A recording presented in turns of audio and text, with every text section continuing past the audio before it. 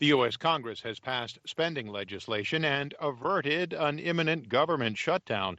We get more from AP's Jennifer King.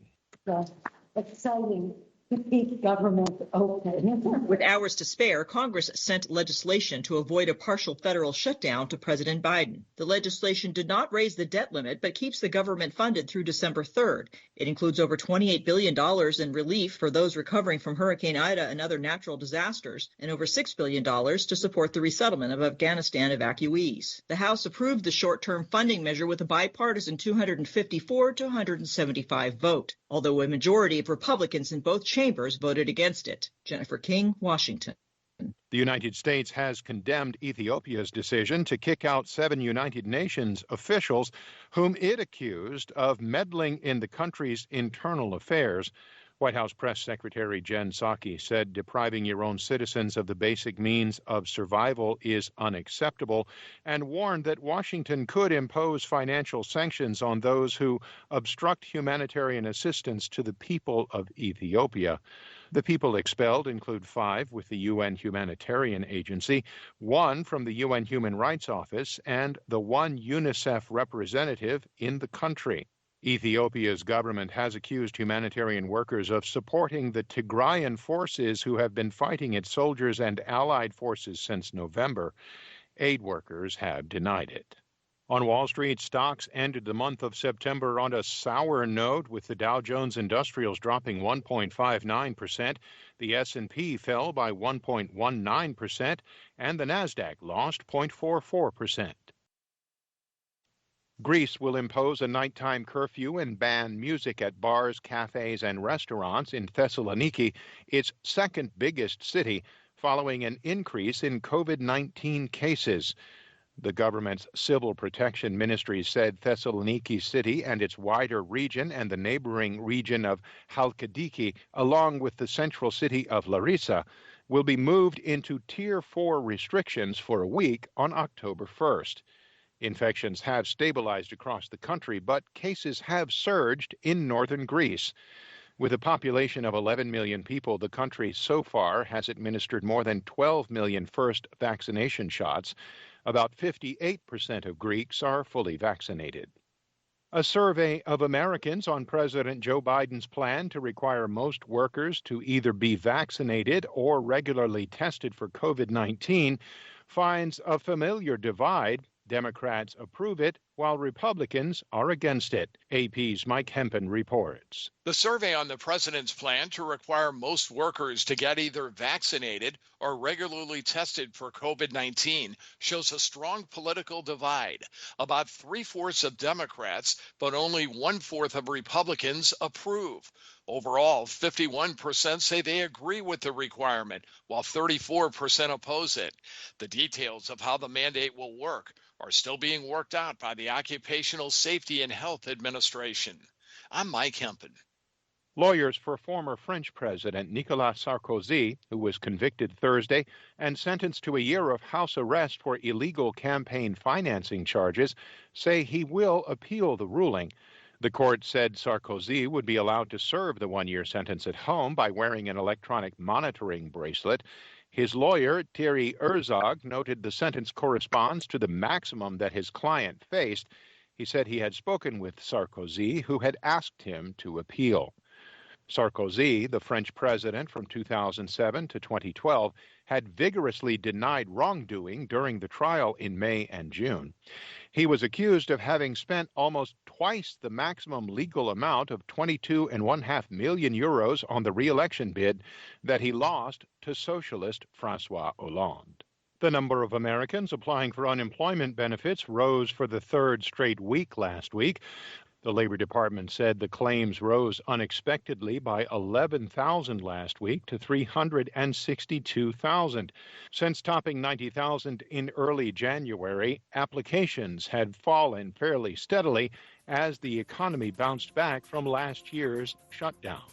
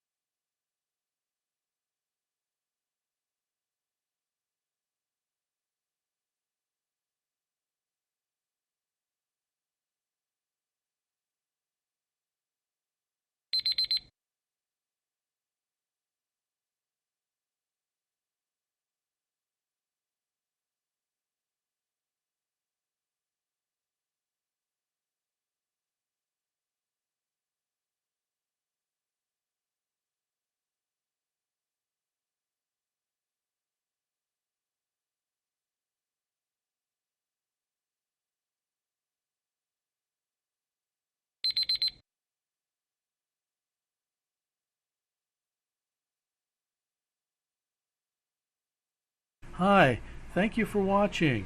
I hope the videos are useful for you. Please subscribe to my channel using the button below.